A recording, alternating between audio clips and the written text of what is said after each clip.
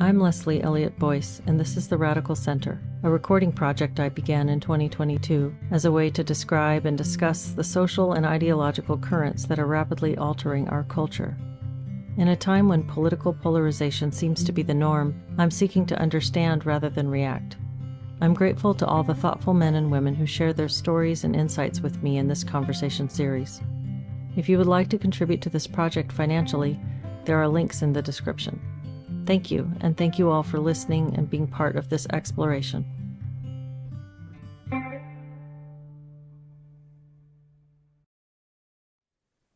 Today I'm speaking with Ryan Rogers, and Ryan, you're a counseling student, and you've been talking quite a bit about the experiences that you've had in your program, which seem really similar to the experiences that I had. And I'm excited to get your perspective and hear what this is like for you and what your thoughts are, and just kind of get into your story. Can you start by saying a little bit about yourself, your background, and what got you into counseling? Yeah. My background is in addiction recovery. I'm in recovery from alcohol and drugs personally, and I've spent a number of years working in the addiction treatment space. And so that's very close to my heart. A lot of people close to me have been impacted by that, and that's what motivated me to become a therapist and go back to school and go down that path. And what I found in grad school was quite shocking. Yeah. When did you start back to graduate school?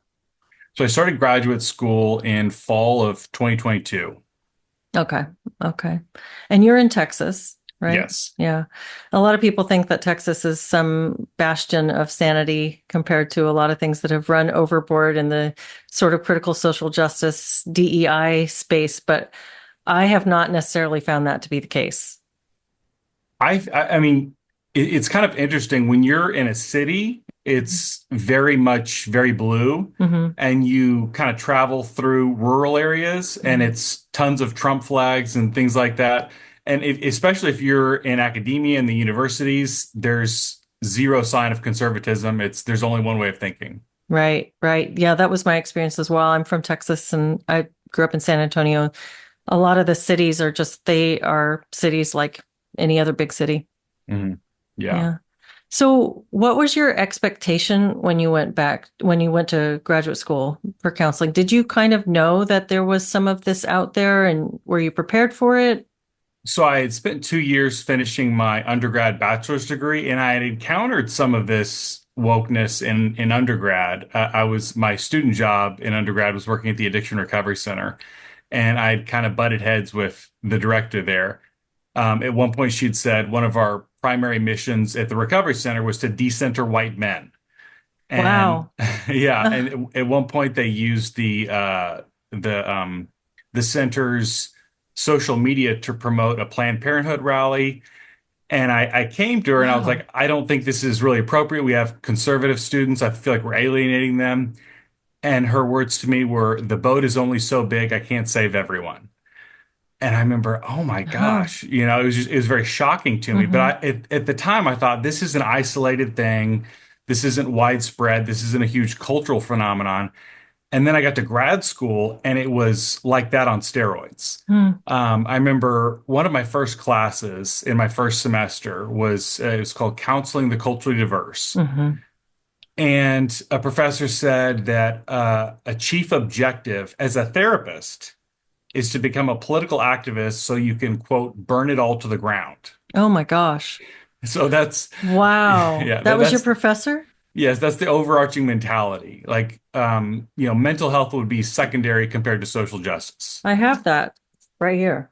The Oh, book. okay. Is that Was this Gerald the Wing book? Sue? Yeah, Yes. yeah. Is this the book you I used had the or eighth edition of what that. is this? This is the seventh. Yeah. Okay. I Yeah. have I This is one of the books I really wanted to get rid of. I wanted to return this for the money, but I also felt like it was a historical artifact that I I needed to know. hold I on to know. because it's just it's unbelievable to me that this is what they're teaching students, I, I went counselors. I went and flipped through it about a week ago, and Yeah. I was just it's been 2 years since I took that class, and I was just shocked at remembering. And it's not. I mean, there's a lot of just blatantly anti-white Hmm. bias, Hmm. but the way that they treat minorities is so infantilizing. Hmm. Just rationality is not for racial minorities. That's a white thing. Yeah, I would feel so insulted. I know. I know. It's that's so I want to go back to something you said though. It was in when you were working at the addiction recovery place, they wanted to decenter white men in Yeah. addiction recovery. What does that have to do with any of that? How did they rationalize that? So much of that just seems so bizarre to me. And there was kind of Yeah. a culture there. It was set by the director and our chaplain, actually. Our chaplain every day would complain about how terrible white men were, and he was a white man. So Okay. it wasn't like I usually wasn't personally offended as a white man. It was kind of this weird theatrical performance that people would put on to kind of signal that they were part of the culture. Hmm. That's interesting. What was the director like? Was a Very woke. woman? Yeah, it was a woman, a white woman, very White woke. woman. White woman. Huh. Yeah. So you'd had a little taste of this in undergrad in that experience. Kind of were able to compartmentalize that and say maybe that was just one place where they were really charged up with this social justice stuff, but that's not representative of the field. And then you went into graduate school. Did you say that your counseling the culturally diverse was that early in your program? Was that one of your That first was my courses? first semester. First Yeah. semester, okay. And how did that, I mean, I know you and I probably are, we could just talk about this stuff without showing our work and talking about what exactly it was that you were encountering because we have a sense of this. I mean, we can just call it this stuff and speak about it really generally. But when you were encountering concepts that you found, I guess, wrong or unhealthy for counseling, what did that look like? What was your thought process, and what were those concepts that you were being introduced? If you can give some examples. Yeah, I mean, I've done a lot of research on my own since I started the program because this stuff just seems so bizarre to me. I didn't really know what to make of it, so I started like, where do these ideas come from? Mhm. And if a you assume a professor's an authority on something. So okay, we're going to do a privilege walk. Well, I don't really know what that is. I don't know what we're doing here, but I guess A this is privilege somehow, walk? yeah. So this So is in your class, your professor says yes. we're going to do a privilege walk. Yeah, so you start Okay. on one side of the classroom and they'll read stuff out, but it's only racial privilege. So it could be like, no one's ever followed me around a store because of the color of my skin. And if that's never happened to you, you take a step forward and you have like a wadded up piece of paper and there's a trash can on the other side of the room and everybody tries to shoot in the trash can. If you have a lot of privilege, it's an easy shot for you. So basically the kind of message they're sending is if you have a lot of privilege, your accomplishments in life are really not that big of a deal because it's basically been handed to you. Hmm. That's interesting right there. I The counseling profession really likes CBT. And that is, I want to ask you about where it's going because I know that there's Yeah. some controversy about that as well. But there's been a lot of pro CBT.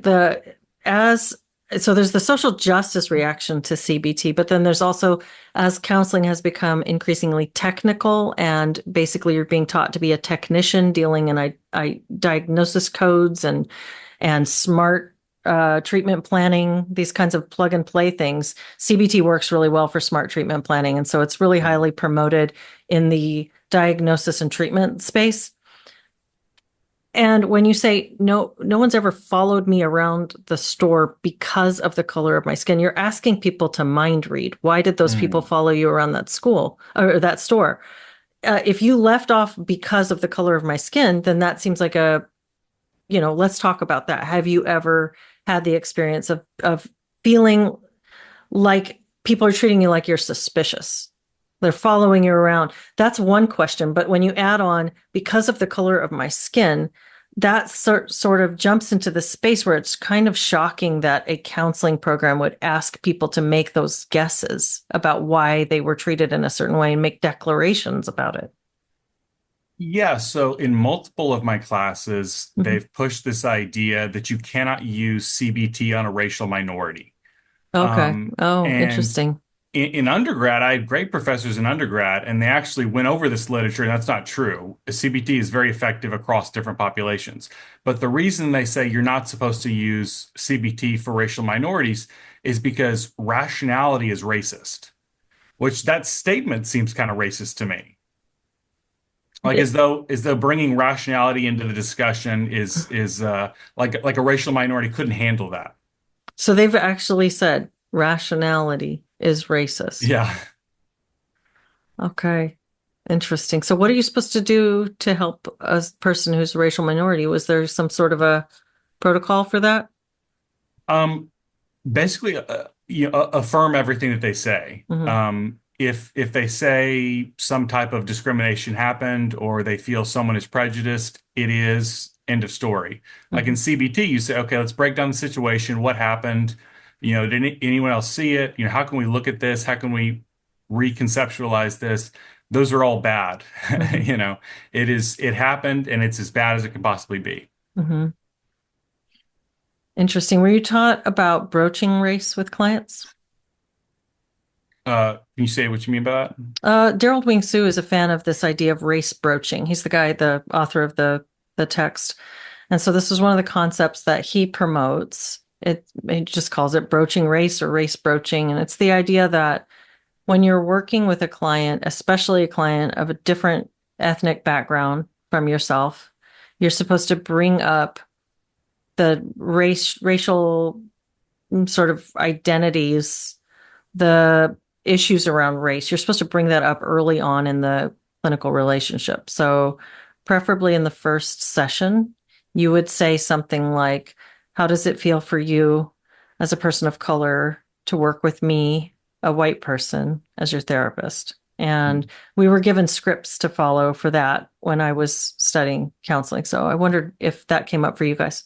Yes, we did go over that, but it's interesting because it feels kind of contradictory because at the same time, if you look in Daryl Wing Su's book on the section on microaggressions, almost anything that you say could potentially be offensive. And so, yes, you're supposed to bring up the issue of race, but you have to be so sensitive around it because everything could be like and the way they frame microaggressions in my class was they're lethal and fatal. Like microaggressions could Wow, could really? potentially be on par with murder. Yeah. Lethal And and and fatal. so you're supposed to bring up race, you're supposed to make it an issue, but at the same time you're walking through this field of landmines where anything could be potentially a horrific aggression, Lethal and fatal. lethal and Yeah. fatal. No, I definitely saw that also in the teachings that I received. Everything is offensive. This Yeah. is offensive, but then if you do this instead, that's offensive too. So it is just a sea of landmines. And it's interesting, if you look at different texts, you get contradictory messages, even two texts that are both built on critical race theory. One could say that you should believe race is a social construct and we're all one race, the human race. And another book could say it's a microaggression to say we're all one race, the human race. Mhm. So any direction you go could potentially be offensive. Well, it's anti-rationality, that's for sure. Yeah. Um, Interesting. I can remember, I'll tell you an anecdote from my it was called Multicultural Perspectives, but it was the course where that book was my text. The the teacher said, I'm going to tell you a story about a white saviorism and how it's bad. And so she told us the story. She said, this is from a show that a lot of you probably like, and I'm just going to ruin it for you right now. And I don't remember the show. It's Veronica something, Veronica Mars or something like that. She said in the opening or one of the early episodes of the show, there is a black kid that is being bullied by a bunch of white kids at the school. And the lead character, so this is a boy who's being bullied. The lead character is a girl, and she comes and basically saves him, tells off those kids, and rescues him from the bullies. And then they become really good friends, and they go on to have he becomes a main sidekick character for her during the show or something like that. And she said, well, that sounds pretty good, doesn't it? I mean, she's sticking up for the kid. He's a racial minority. She's out there sticking up for him. But actually, this is a classic case of white saviorism. And so she explained that, told us that that was bad. And at the time, I was also thinking, like, there's all these different things being like, in order to right some wrongs, you're wronging some others, because even in that script, as she explained it, I'm thinking also, isn't there this whole gender narrative where it's great that we've reversed the roles and the woman gets to be the strong one and she's saving? So how do all these pieces fit together? There's so much contradiction and so much virtue signaling in different directions going on here. But then she gave us another example a few weeks later. And it was a case, the lesson that day was on using your privilege. And so the lesson on using your privilege was about a white woman attorney who was representing a Black male client. And I guess when the sentence was read, the male client had an outburst and he was really upset about getting sentenced. And he was really demonstrative. And all of these security people came rushing in to arrest him. And she stood there and blocked them with her body. And this was a case of using your privilege. And I thought, isn't that interesting? Because it's almost indistinguishable from the example you gave us a couple of weeks ago about how not to be a white person. Yeah, it's so frustrating because it feels like literally anything that you do could be problematic or could be a microaggression or could be offensive. You're obviously not allowed to have a different opinion, Mhm. but you're also not allowed to keep your mouth shut. White silence is violence. Right, right. But then if you speak too loudly for social justice, then you're drowning out the voices of the marginalized. And if Mhm. you don't speak quite loudly enough, there were people at nonprofits who sent out letters in support of Black Lives Matter that were not enthusiastic enough and they lost their jobs. So it's like, I don't know what the right direction is. I don't know where to go from here.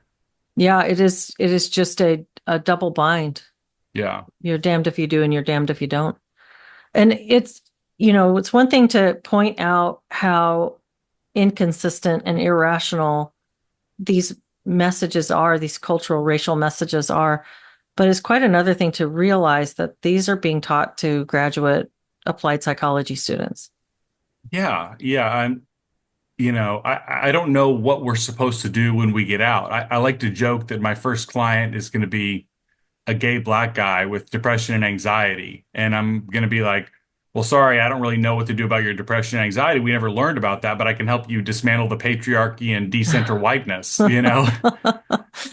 Wow. Yeah. Yeah. It's, it's a, it's nice to use a little humor to combat this stuff.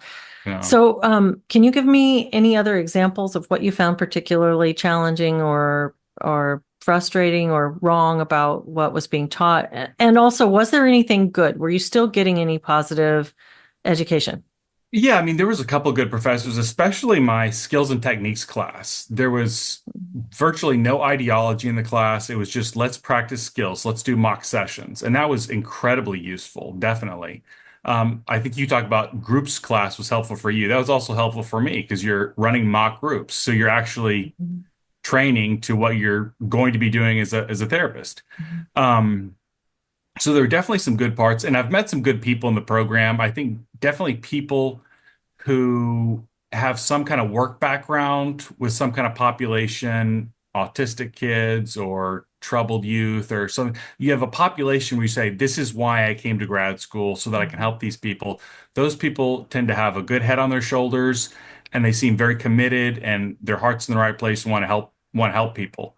And I think there's another mindset that's, not as committed to therapy, but kind of, I didn't really know what else to do in my career. And, social justice seems cool. So, why not? But there has been, I mean, there's a lot of troubling things in the program, but to me, it's the whole atmosphere. Social justice hangs in the air. And it's almost like everyone's constantly walking on eggshells. There was one time in my class, this is just one of many examples. These two students, a man and a woman, were having a conversation, and the guy says, I think they buried the hatchet. And the woman says, Oh, you shouldn't say that. It's cultural appropriation of the Native Americans. So anything that you say could be problematic, it could be offensive, it could be a microaggression, and everybody's constantly just cognizant Mm. of, you could step on a landmine. Yeah. Hmm. Did you find that it was coming mostly from faculty, from other students? Where was it coming from? I think the professors set the tone very early on in the program. Two classes you're required to take in the first semester are counseling the culturally diverse and your professional orientation. And both of those make it very clear, social justice is why we're here. And if we have time left over, we might talk about mental health. That's kind of the message I got. Yeah, you mentioned that you were also told that activism was supposed to be one of your foremost aims. Mhm. How did Yeah. how did that make sense to you, and how did they try to make sense of that? So I actually went to my professor's office after that because it really bothered me. I was still in this mindset of, I could say something and something might change, a little Oh naive. yeah. But I went to my professor's office and you know, I was probably a radical socialist for about 6 years. And so I was radically left wing, did a lot of political activism, different organizations and stuff. Um, and that was a big part of my identity for a number of years. And I chose to leave that behind to go back to school because I wanted to help people one on one. I Mhm. realized I was not ushering in a socialist utopia, as much as I tried, but I could affect the world one person at a time. And that's why I wanted to go back to school. And I came to my professor's office and I said, listen, I've been there, done that. I'm not really interested in becoming a political activist. I just want to be a therapist. And she said, That's too bad. If you want to be a therapist, you have to be a political activist. Wow. Wow, did she elaborate on that at all? I mean, it was kind of a little bit in her office, but throughout the rest of that class and a number of other classes, the mentality is all of the major problems your client is going to have, unless it's a white male, heterosexual middle class client, like all the problems all other clients are going to have are predominantly systemic and structural.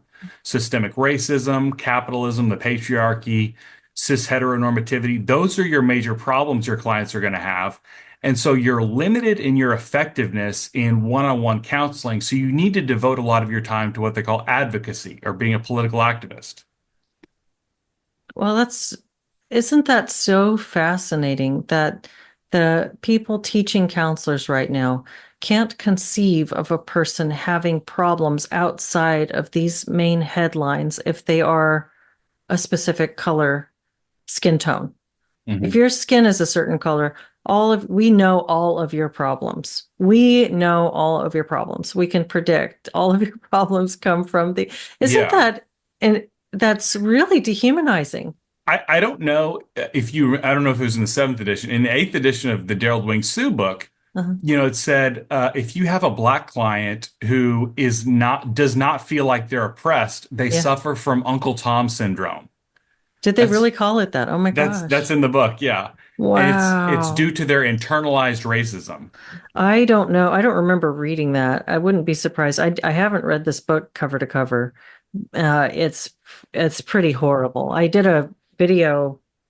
One of the first videos I did when I started uploading things to YouTube was a just a meandering through this book and responding to some of the things in it, just to show people this is really what they're really teaching this. It's like a Saturday Night Live sketch, this book. I feel like there's a number of people who I've told what happens in grad school or what's in my textbooks. They don't believe me when I tell them. Like, there's Yeah. no way this can be real. Do you mind if I ask how old are you? I'm 37. Okay. So, you're younger than me. You're about a decade younger than I am. And one of the things I I felt like that what you just said when I went to school, I had taken a long break and then I went to graduate school after several years away from academia or anything like it. I My daughters were in school. They'd gone to high school, through public school and into college. And I hadn't really realized the degree to which things were changing in education around some of these themes until I started talking with one of my daughters about her education. She's like, oh, yeah, we had the genderbread person when I was in high school. And I was like, really? I had no idea they were teaching you guys this stuff. It's so wild to me. But when I went to graduate school and then tried to talk with people about this, like talking to my dad or other people who would have been always liberal on the left, always these things that were the basic themes of social justice as I understood it prior to exposing myself to it in this program or having it exposed to me in this program were things that made sense to me. Like being aware of the disproportionate poverty in some groups, or a desire for basic equality and equality of opportunity for people, a sympathy toward people who experience minority stress. These kinds of things were, if I tried to talk with people about what I was experiencing in my program, I don't think that they believed me either. I don't think they believed the extent to which it was changing, because it sounds like the same stuff. Mm-hmm. And it sounds like I'm the one exaggerating. Like I'm a bigoted person who's trying to exaggerate this in order to Protect your privilege. or whatever. Yeah. Before we use that language though, but just to be sort of against progressive ideas about equality. But it really is this reductive. It really, like, to be able to call somebody, we talked about that racial thing. If you have a Black client and they don't think that they're severely underprivileged because of their race, then it's your job as their therapist to increase their racial identity salience. And you're supposed to make sure that they leave your office more upset about being Black than they entered it. And I don't remember Uncle Tom syndrome, but just these ideas, it's insane. Yeah. I mean, I don't know if you've read Jonathan Haidt and Greg Lukianoff. The coddling of the American mind. Yeah, this is what they call reverse cognitive behavioral therapy, where cognitive behavioral therapy is, okay, let's not catastrophize. Let's look at this realistically. It's not as bad as you think. And with this perspective, it's like, okay, we need to convince you that it's worse than you think. We need to increase your distress, which is really perverse. And in terms of what you were talking about with, people not believing what's going on at universities, I was like, when I was a lefty, I was absolutely like this. I would hear conservatives say universities have been taken over by Marxists. Like, what are these boomers talking about? They're just making stuff up. They're exaggerating. They don't like, racial progress or what have you. And since I've been back at the university, I think conservatives might be underselling it, if anything. What was you mentioned that you had years that you spent as a socialist and basically an activist mindset. Will you talk a little bit about that? What was that? What got you in that framework, and how did you get out of it? I've done a little bit of like self-reflection on that. I was trying to get off of drugs and alcohol in 2015, and I was going through horrible, horrible depression. And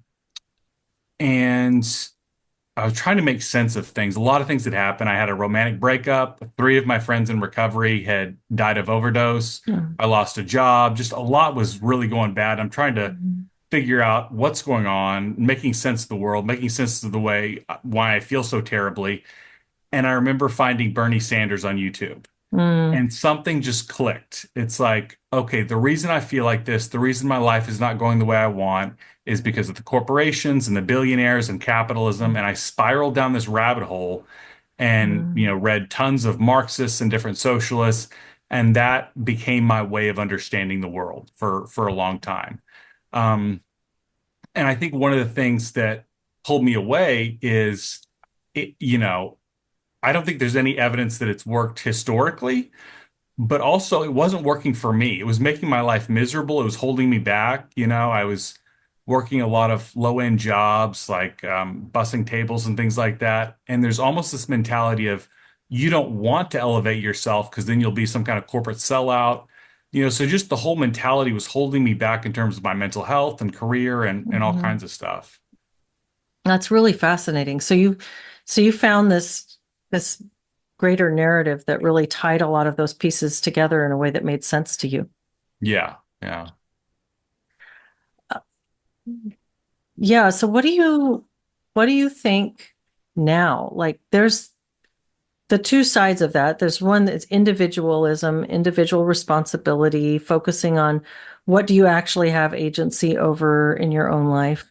And then there is the truth that there is social unfairness. That's always a fact of life. We're asked as citizens to engage in a meta level action when we're asked to vote. We're asked to think about politics and what we believe in and our vision for a larger swath of our community and how things are run. And how do you balance individual versus collective at this point? Mhm. So I'm mostly a classical liberal in those terms. Uh, I would say individualism and personal responsibility are all great things. I think the way you make racism diminish is put less focus on it, kind of the opposite of critical race theory. So those are kind of my big general ideas. But I've also done work with homeless populations, and I understand like there's certain people that I've met where there's not any government program or amount of personal responsibility that's going to help this person become a small business owner or go back to school Mhm, and become a lawyer. mhm, There's certain people that are just going to need more help, whether it's from the community or from social services, whatever. There are people who need more help in our society, and I definitely acknowledge that. mhm. What was your what was your experience like sort of coming out of the very social justice framework that you were in when you were going through recovery? Hmm. How did you come to challenge some of the thoughts that you were having or soften them or adjust them? Yeah, I mean, one thing is I was just not very well accepted. Um, I'm a heterosexual white man, which is already, you're suspect when you walk into these spaces. And I would try, I was very focused on old school economic leftism, Marx and Engels and all the old school thinkers of how do we abolish capitalism and implement a socialist society where the workers are in control, all that kind of stuff. And you say stuff like that that sounds fairly neutral, but I mean very left wing. And it's, well, you didn't take an intersectional analysis. The only reason you're saying that is because you're a white man. You need to shut up and check your privilege.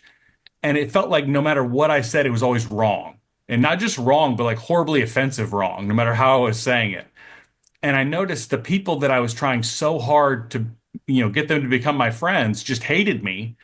And conservatives that I treated horribly were really, oh, sorry you feel that way. Maybe I can buy you a cup of coffee sometime and change your mind. They were really kind to me, and I'm thinking like, what am I doing here? And I remember seeing stories. One is Adolph Reed Jr. I don't know if you're familiar with him. He's a black Marxist professor who was invited to speak to the Democratic Socialists of America, and they canceled his talk because he wanted to talk about reducing poverty instead of systemic racism. I'm thinking if a black Marxist professor is getting canceled, I don't have a chance. And there's Mhm. tons of stories like that. That's really interesting. Do you remember the brief moment in time when what was it, the 99%, the Occupy Wall Street Hmm. thing happened? Yeah. And it seemed like that flared up with a lot of people really upset about the economic crash in 2008 and the too big to fail. Like it was so scandalous and it was so uh it was kind of this scandal that I didn't know how our government was going to recover from, allowing fraud on this level from the financial institutions. Mhm. And so we had this movement that flared up to protest that. And then it seemed like it was really quickly replaced by race baiting. Mm. Like and now one thing I noticed in my own program, my own counseling program where I was encountering the social justice stuff was that economics were kind of off the table. It was don't talk about that. There were so many times when it seemed obvious to me that what we were really talking about was social socioeconomic status, and race is correlated to that, but it's not perfectly so. So it was just something that we were not able to really get into. And it sounds like that was your experience where you were really focused on economic injustice Mm. and people around you kept wanting to bring it back to race. Yeah, and I think when you kind of dig into it, the reality is the most social justice woke focused people are the most privileged. Yeah. The more degrees you have, the more it correlates with your social justice mindset. Yeah, it's like Um, Rob Henderson's luxury luxury beliefs. beliefs. Yeah, Mm-hmm. yeah, Mm-hmm. very true. Mm-hmm. Yeah. Were your classmates and teachers in school primarily Caucasian? Was it a pretty diverse mix? The professors are pretty diverse. The students, I would say, are probably around 70% white women. So it's not very diverse in that sense. And it's Hmm. maybe 15% men, I would say. Okay. So not very many men. Yeah. Hmm. And what kind of, you mentioned that the students who had some practical professional experience and a target goal for what they were doing with this degree, a really specific career focused goal, they tended to be pretty level and grounded in their approach. But did you speak to many people about these particular issues, the issues around race that you were hearing, Um, and get a sense of what other students thought? I haven't talked a lot about it. I push back a little bit in class, but they make sure to draw the boundaries narrowly in such a way that certain topics are just very clearly out of bounds. Hmm. There's one class where yeah, I said I think sometimes objective reality could be a useful concept in therapy. And I mean it was like, what are you talking about? I mean, they just looked at me like I was crazy. Hmm. But there's been a couple students who outside of class getting coffee or something like that. And it's almost, this is, might be a weird example. When I was in college the first time, if you were at a party and you wanted to bust out some drugs or something, you had to make sure everybody was real cool, you know? And it's the same way if you wanted, is there something wrong with what we're learning here, you know? Mm. And kind of you give a little They and test a little bit. you test a little bit. And I was having coffee with this one guy. We were working on a group project, and he's like, "Look, man, I got three kids. I am not okay with transitioning kids, you know?" Uh, And it's you would never say that in the classroom, but some yeah. people are willing to say it outside of the classroom. What is that like? That I was curious about that, and I hadn't asked yet. The gender stuff, and I'll tell you before before you respond.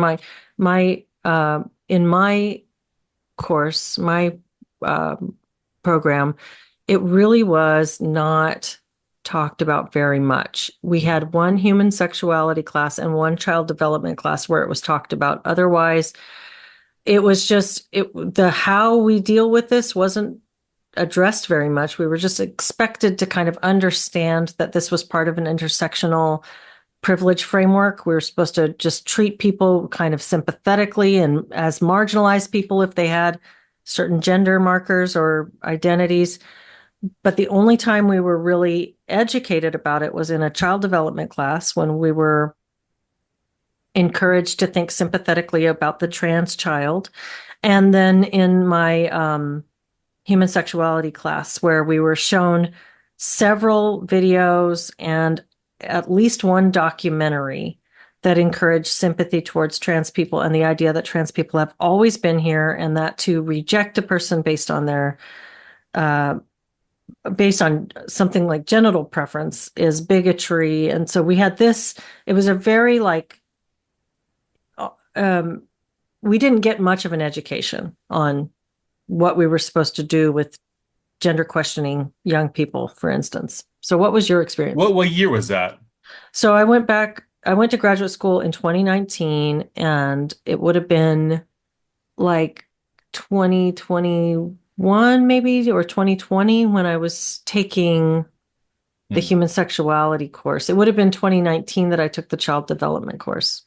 Yeah, the trans thing is huge in my program. It's interesting because it's viewed fundamentally as a human rights issue. Like almost like if you don't support transitioning, you would have supported genocide. Like that level of historic human rights level issue. But it's How is that also conveyed to you? there's not a lot of information on what it actually is. Hmm. They don't talk a ton about like what the procedures are like or anything like that. It's just, it's a moral issue. If you don't support transitioning children, gender affirming care, they would compare that to conversion therapy. Like you're some backwards religious nut job.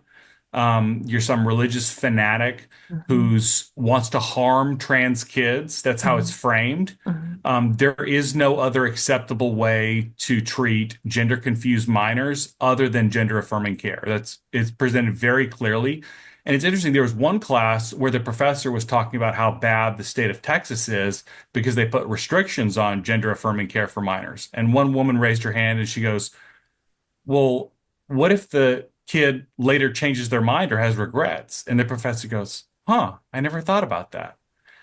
And it's just so fascinating that you know what the right answer is, but we don't even really talk about what the issue is. Hmm.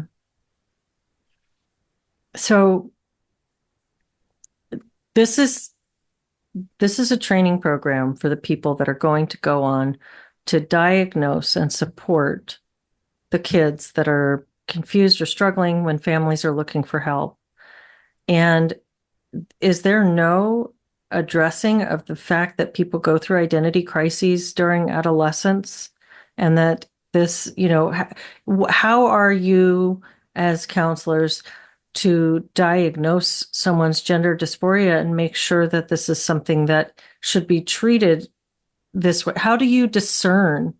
How are you taught to discern how to individualize a treatment plan for a young person going through this? Or is it just believe them and People are who they say they are, period. End of story, no questioning.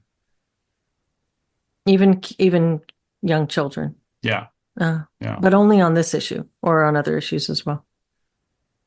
I'm assuming, I don't know, are you talking about like if it was a delusion like schizophrenia or something? Maybe, or maybe just other, disorders of identity development as a child is growing up. We know that that's the first major identity crisis happens in adolescence, when a child Yeah. is trying to navigate, who am I?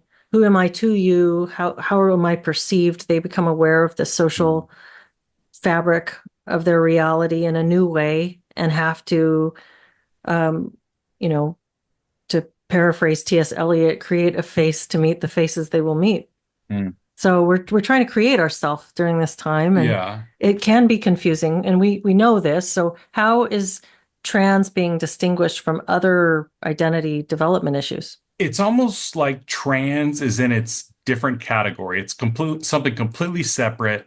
Um, it's hard to even conceptualize and discuss how it's framed because it's framed as if it's this human rights issue, and it's assumed that all the medical science is on our side and all the psychology is on our side, but it is this higher level sacred issue that I mean, it'd be like blasphemy in the Mm. religion, essentially. Like you would never say, I would not affirm a gender confused kid's identity. When I was in an ethics class in my counseling program, one of the vignettes that we were given was an example where you are a school counselor, and a Latina student in a high school program comes in and says she wants to drop her math class. And we were told that if you do not investigate how internalized misogyny and internalized racism may be contributing to her sense that she's bad at math, then you are in violation of your ACA ethics. You have not done all your due diligence as a counselor to help this young person see how these things are impacting them.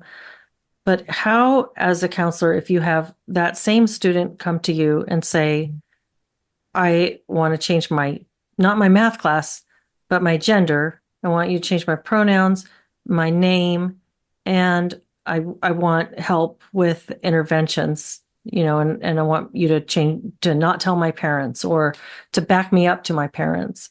How are you to do less diligence in looking at other factors that might be going on in this student's life in that instance than with a math class? I'm dumbfounded by this. I'm just absolutely like shocked that this is a thing that we don't teach counselors to investigate further into what's going. Have you been, what is your experience with sexual assault? Have you ever had, what were what is your relationship like with, with your own femininity, with your masculinity? What's your relationship like with your same sex and opposite sex parent? How have you been exposed to pornography? What kind of things are happening in your life that make you think that this is what you need to do right now? You can investigate their choice of dropping a math class more than their gender transition decisions. The way it seems framed is the ideology comes first. Like the first lens that you have to look through is social justice, diversity, intersectionality, and secondarily, what's good for the client or what might help them work their way out of the issue.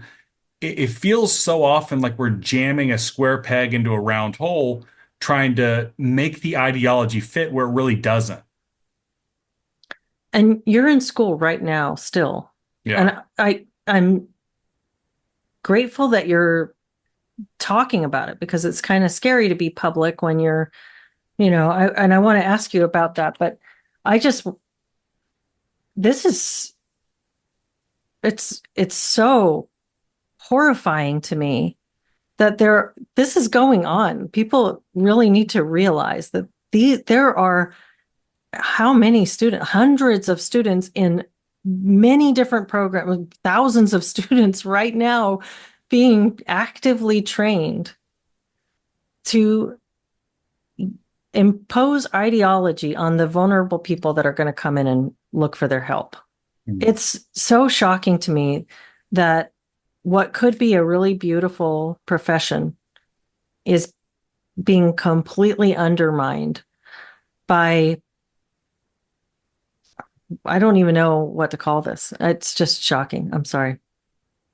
You're absolutely right. And one of the things that inspired me to become a therapist was how much my own therapist helped me. And, he had a tremendous amount of empathy for me, but he also, if I tried to play the victim on things, he would call it out and be like, that's, you're trying to manipulate the situation.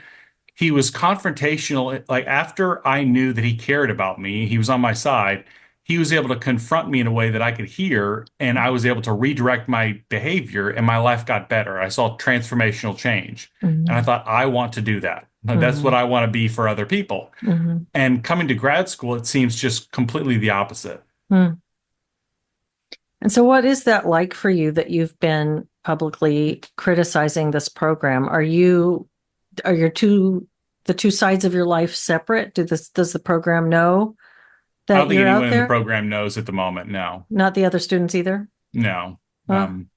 What's that like? How long do you have to go? Where are you in the... I start practicum in January, and then I'll graduate in next December. Okay. There's a little anxiety around that. I would certainly hope there wouldn't be like kick me out of the program level.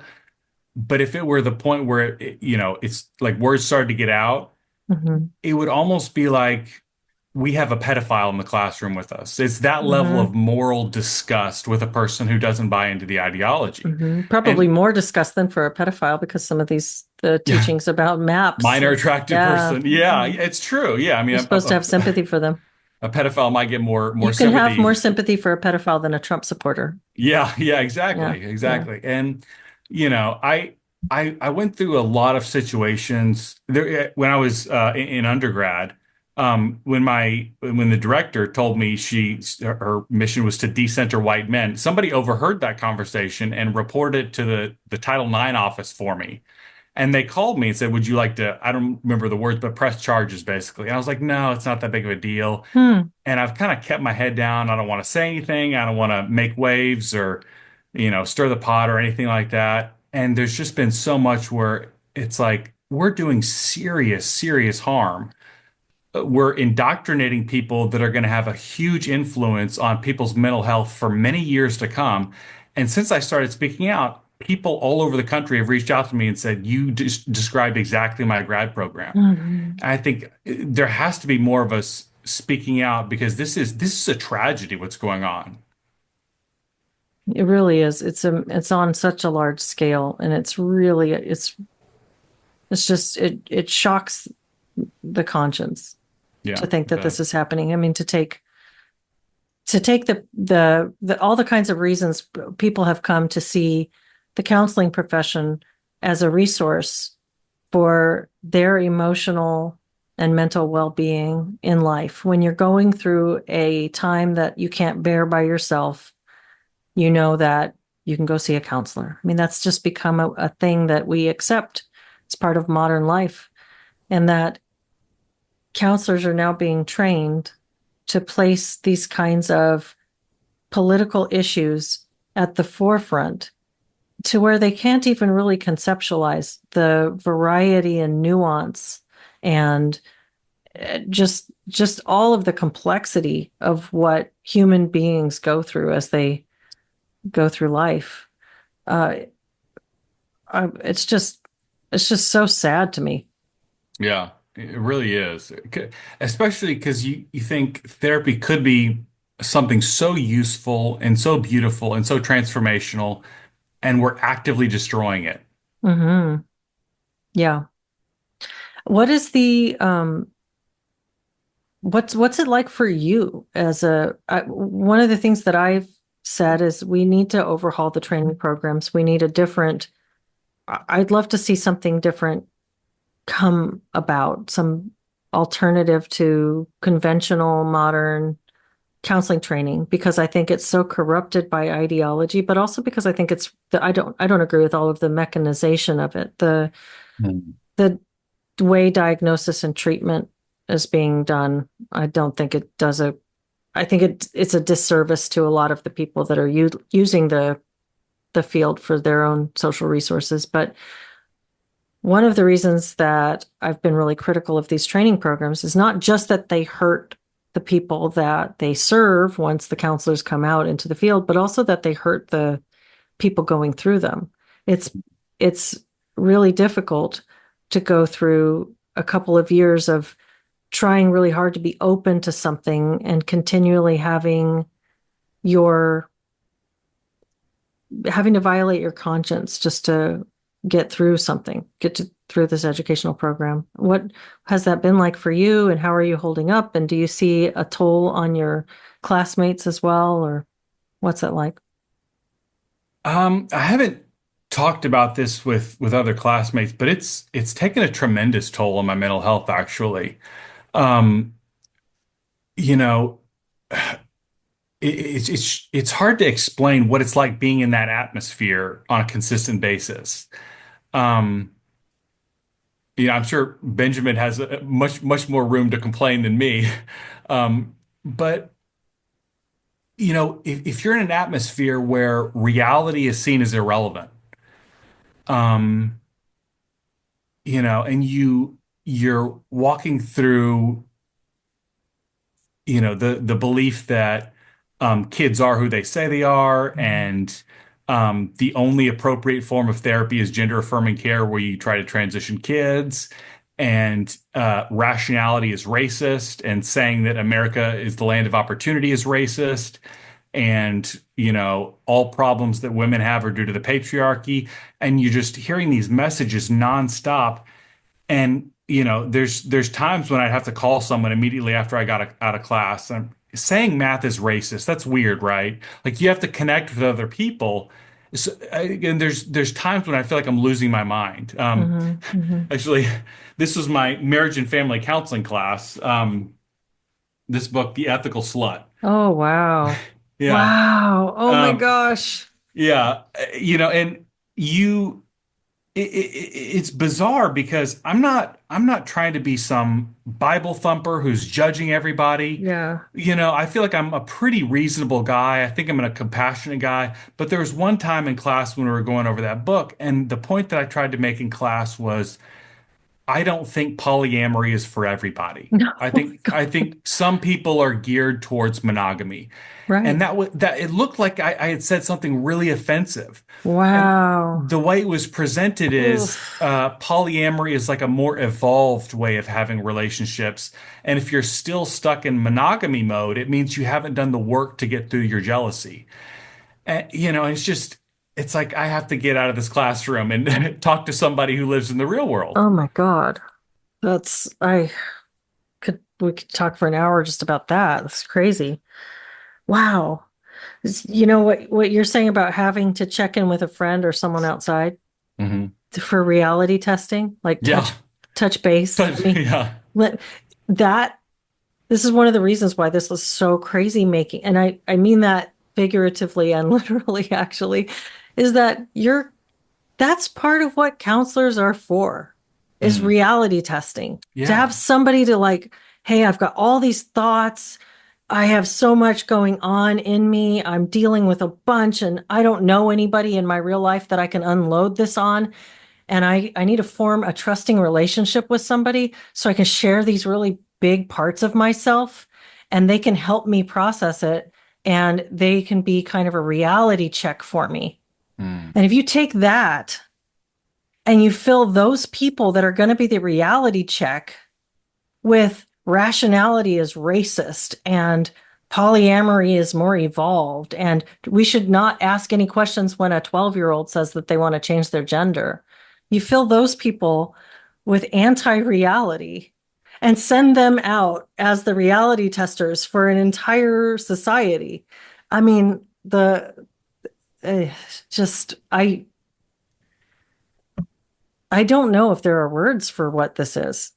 No, it's just bizarre. It's just bizarre. And we're doing so much harm because a therapist for so many people is like your rock that you lean on. Yeah, yeah, yeah. This is where I find stability. And we're Right. just, grad programs across the country. How can we destabilize these future therapists, Yes. So the future therapist, like you're talking about, the toll it takes on your mental health, your efforts that you have to make in order to stay grounded as you go through this. And you're not even one of the people that's absorbing all of it and agreeing with it. So for the people that are agreeing with it and are absorbing it, I mean, there's less cognitive dissonance perhaps because they're not experiencing the tension between the unreality and reality. They're just diving headfirst into unreality. But I mean, it changes you. It must, either way, it changes you. You come out of it Yeah, different. yeah, true. Wow. I I'm so glad that you're speaking about this. Thank you. Are you optimistic? Are you pessimistic? What do you think? I would say I'm very optimistic in the long term. I Okay. think, what works is going to win out. If, Hmm. I had gone to when I was struggling with addiction and alcoholism and depression, I had Hmm. bounced around through a number of therapists and didn't feel like I was getting any better. And actually, in some ways, I was getting worse because some of them would encourage me to, blame society or blame my parents. And my parents were some of my biggest supporters. Hmm. And it's like, it's their fault kind of thing. So I was getting worse or not improving in a lot of ways. And my buddy says, no, no, you got to see my guy, And so he introduced me to his therapist, and I've been seeing ever since. And it really has turned things around for me. It's been a big part of my turnaround is somebody who does real therapy. So I think Hmm. real therapy is going to win out in the end. In the short term, though, we have produced armies of people who are indoctrinated and not just ideologically indoctrinated, but people who have hardly any skills. That's another. One of my classmates said, she's very progressive liberal, and she said this program is nothing but fluff and wokeness. And I've talked a lot about the wokeness side of things, but the fluff side is pretty important too, because I would say if they're giving us a lot of good counseling skills, and then at the end of every class we do a land acknowledgement or something, Hmm. it probably wouldn't be that big of a deal. But we're not developing skills as therapists. They're just not giving those to us. Hmm. Hmm. An army of people who are indoctrinated and have hardly any skills. Yeah. Hmm. Well, I really appreciate you talking to me, and I hope that you're able to just make it through without a lot of conflict, and that your efforts to illuminate this don't come back on you in a way that hurts your journey through school.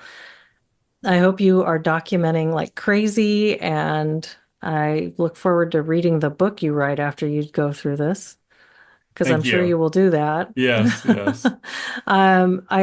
I love your Twitter post. I encourage people to go check that out. You're talking a lot of sense there.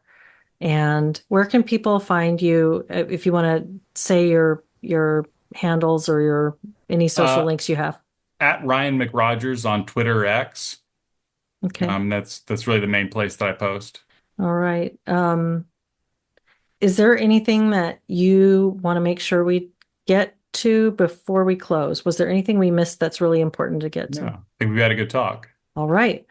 Well, thank you so much. I've enjoyed speaking with you. It's good to be reminded of just how serious this stuff is. I've